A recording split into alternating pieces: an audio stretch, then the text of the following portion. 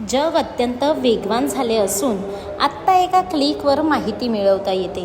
तंत्रज्ञान अत्यंत प्रगत झाले असताना त्याचा सदुपयोग विद्यार्थ्यांनी केला पाहिजे.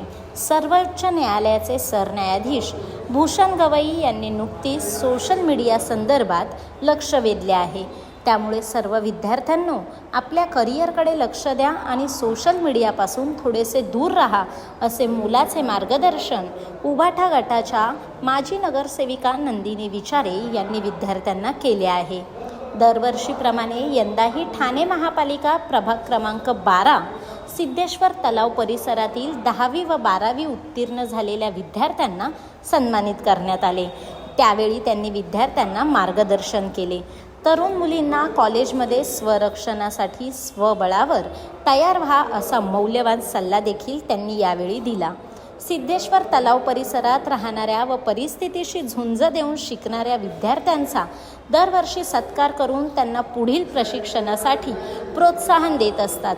अशा विद्यार्थ्यांच्या मागे शिवसेना नेहमीच खंबीरपणे उभी असल्याचा विश्वास यावेळी नंदिनी विचारे यांनी पालकांना आणि विद्यार्थ्यांना दिला.